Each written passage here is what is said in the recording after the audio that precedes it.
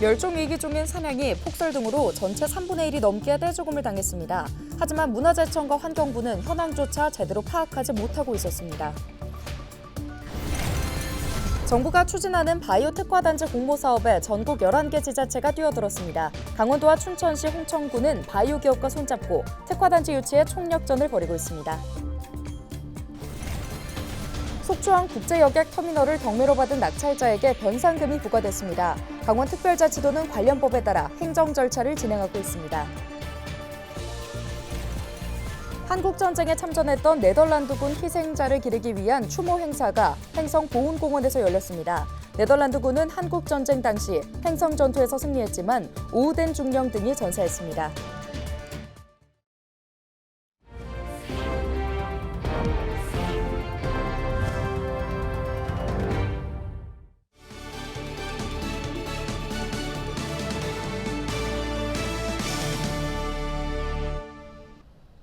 여러분 안녕하십니까? 헬로티비 뉴스입니다.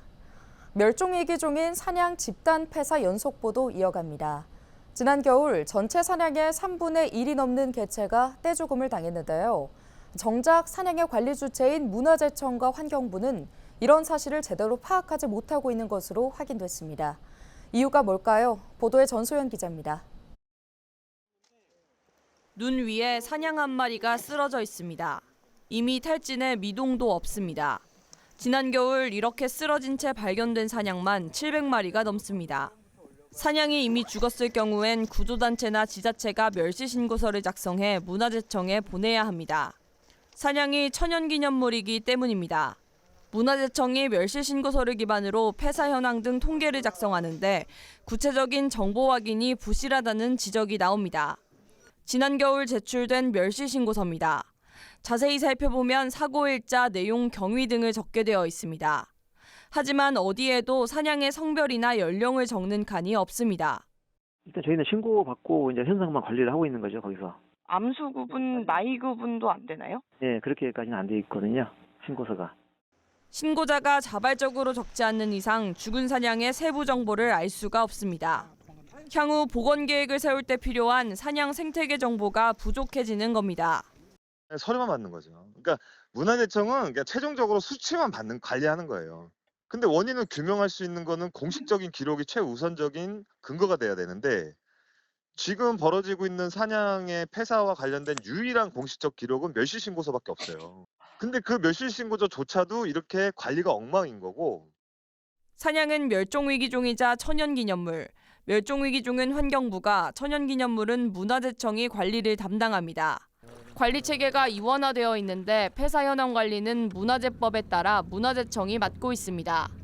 사정이 이렇다 보니 환경부도 사냥 폐사에 대한 정보를 구체적으로 파악하고 있지 못합니다. 저희는 이제 폐사에 대한 그 통계는 작성하지 않습니다. 뭐 문화재청이랑 같이 일하니까요. 뭐 문화재청의 멸실 신고가 저희가 통계인 거죠. 환경부가 ASF, 아프리카 돼지열병 차단 울타리 부분 개방 등 사냥 복원 사업을 추진할 때 부실한 자료를 참고할 수밖에 없는 상황입니다. 멸종위기종의 체계적인 보호를 위해서는 컨트롤 타워가 필요하다는 지적이 나오는 이유입니다. 그래서 어떻게 보면 두 기관 사이에 합의가 안 돼 있는 시기 되거든요. 관리가 이원화되는 시기 되거든요. 이런 부분은 좀 교통 정리가 필요하긴 하죠. 비단 사냥에 국한되는 얘기가 아닙니다. 대부분의 멸종위기종 포유류가 천연기념물에 해당하기 때문입니다. 한 해 60억 원이 넘는 예산이 투입되는 멸종위기종 복원 사업. 정밀하고 체계적인 관리가 필요해 보입니다. 헬로티비 뉴스 전소연입니다. 바이오 산업 육성을 위한 국가 첨단 전략산업 특화단지 유치전이 막판까지 뜨겁습니다. 전국 11개 지자체가 특화단지 유치를 놓고 경쟁을 벌이고 있는데 강원도는 바이오 기업을 추가 유치하는 등 막판 총력전을 벌였습니다. 보도에 정승환 기자입니다. 강원도와 춘천시, 홍천군이 글로벌 의학생명공학협회와 손을 맞잡았습니다. 강원 바이오 특화단지 유치를 위해 지자체와 협회, 기업이 협력하기로 한 겁니다. 협약에 참여한 4개 바이오 기업은 특화단지 조성 시 각각 400억 원씩 모두 1,600억 원을 투자하기로 했습니다. 강원특별자치도는 이 분야에 우수한 기술력과 유능한 인재가 많은 자치도라고 생각하고 있습니다. 협회가 주축이 되어 글로벌 시장 진출을 함께 하도록 하겠습니다. 강원도는 춘천 후평산업단지와 홍천 항체 클러스터 등 10여 개 산단을 의약품 특화단지로 지정해 국내 바이오 산업의 거점으로 육성할 계획입니다. 춘천은 예방과 진단, 홍천은 항체가 중심입니다. 강원도는 바이오 산업 분야에 오랜 노하우를 갖춘 만큼 특화단지 유치에 자신감을 보이고 있습니다. 바이오의 최신 세계적인 트렌드는 가장 중요한 키워드는 AI와 항체, 그거를 결합한 정밀의료 부문에 우리는 이미 기반을 갖췄다. 춘천과 홍천을 중심으로 20년 이상 바이오 산업을 육성해온 만큼 타 지자체에 비해 산업 생태계가 탄탄하다는 겁니다. 춘천 바이오 기업 매출은 2021년 이후 3년 연속 1조 원을 돌파하는 등 최근 괄목할 만한 성과를 내고 있습니다. 홍천은 국가항체 클러스터 내 산업 육성에 필요한 치료제 개발 지원 센터가 들어서는 등 기반 시설을 두루 갖췄다는 게 강점입니다.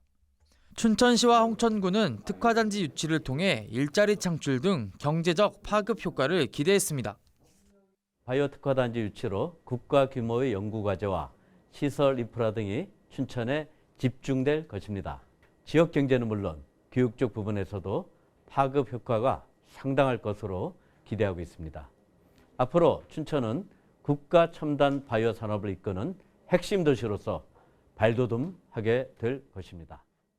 특화단지가 되고 또 강원대학교와 추진하고 있는 면역항체 전문 대학원이 또 홍천에 설립이 되면 바이오 기업들이 어려움을 겪고 있는 인력 확보에도 큰 도움이 될 것이라 생각합니다.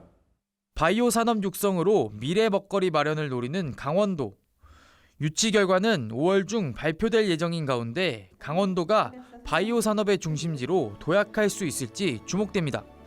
헬로티비 뉴스 정승환입니다. 강원도가 속초항 국제여객터미널 문제와 관련해 정상화를 위한 행정 절차에 착수하기로 했습니다. 강원특별자치도는 속초항 국제여객터미널 건물을 경매로 낙찰받은 A사가 항만 부지를 무단 사용하고 있어 변상금 2억 4천만 원을 부과한다고 밝혔습니다. 또 관련 법에 따라 해당 건물 자진 철거 명령을 내리는 등 행정 절차를 진행하기로 했습니다.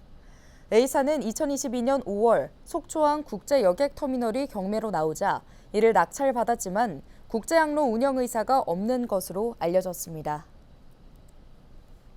내년도 강원 지역 의과대학 신입생 모집 인원이 124명 늘어납니다. 국립대인 강원대는 2025학년도 의대 선발 인원을 기존 49명에서 42명 늘어난 91명으로 확정했다고 밝혔습니다. 정부가 내년에 한정해 증원 인원의 50에서 100% 범위에서 신입생을 정할 수 있도록 허용하면서 증원 규모를 50%만 반영하기로 했습니다. 반면 사립대는 정부가 배분한 인원대로 의대 정원을 늘리기로 했습니다. 한림대는 기존 76명에서 100명으로 늘렸고 가톨릭 관동대와 연세대 미래캠퍼스는 각각 49명과 93명에서 모두 100명씩 모집합니다. 문화체육관광부가 다음 달 13일부터 DMZ 인근 10개 테마관광 노선을 개방해 생태, 문화, 역사 자원을 체험할 수 있도록 한다고 밝혔습니다. 개방되는 노선은 철원과 화천, 양구, 고성 등 강원 4곳을 포함해 모두 10곳입니다. 각 코스에서는 야생 동식물 보호와 참여자 안전을 위해 차량으로 이동하되 주요 구간에서는 군부대 협조를 받아 참가자가 직접 걷는 구간으로 운영됩니다. 참가 희망자들은 평화의 길 누리집 등을 통해 사전에 신청하면 됩니다. 천장에 카메라를 설치하고 특수 제작된 카드를 이용해 사기 도박을 벌인 일당이 경찰에 붙잡혔습니다. 강원경찰청 형사기동대는 조직폭력배와 연계해 사기 도박을 벌인 일당 4명을 붙잡아 이 중 3명을 구속했다고 밝혔습니다. 사기 도박단은 형광물질을 바른 특수 카드와 이를 볼 수 있는 카메라를 천장 화재 감지기에 몰래 설치하는 수법으로 지난 1월부터 2달 동안 피해자 11명에게 2억 원을 가로챈 혐의를 받고 있습니다. 경찰은 2달간 수사를 벌여 강원도 속초와 강릉, 경기도 양평 등에서 일당을 모두 검거했습니다. 조사 결과 이들은 범죄 수익금 대부분을 도박 자금과 빚 변제 등으로 탕진한 것으로 파악됐습니다. 강원도가 행정안전부가 주관하는 지방자치단체 합동평가에서 국민평가 우수지자체로 선정됐습니다. 지자체 합동평가는 주요 시책에 대해 행정안전부 장관과 중앙행정기관의 장이 공동으로 지자체를 평가하는 종합평가제도인데요. 강원도는 임신 출산 환경 조성 사업과 청소년 주도성 강화 사업에서 우수한 평가를 받아 우수지자체로 선정됐습니다.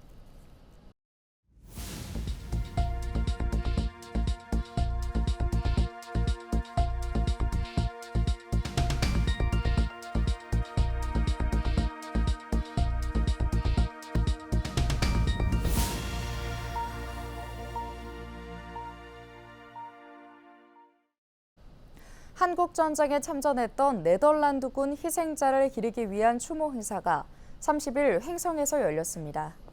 주한 네덜란드 대사관은 이날 오후된 중령비가 있는 횡성읍 보훈공원과 5,000면 네덜란드군 참전 기념비에서 피터 반 더 플리트 주한 네덜란드 대사와 김명기 횡성군수 등 관계자 120명이 참석한 가운데 헌화와 참배로 추모 행사를 진행했습니다. 횡성에는 한국전쟁 당시 횡성 전투에서 네덜란드 대대의 승리를 이끌고 전쟁 중 전사한 오후된 중령과 장병들의 영령을 추모하기 위한 현충비가 남아 있습니다. 해마다 네덜란드 현충일인 5월 4일을 즈음해 횡성에서 추모 행사가 열리고 있습니다.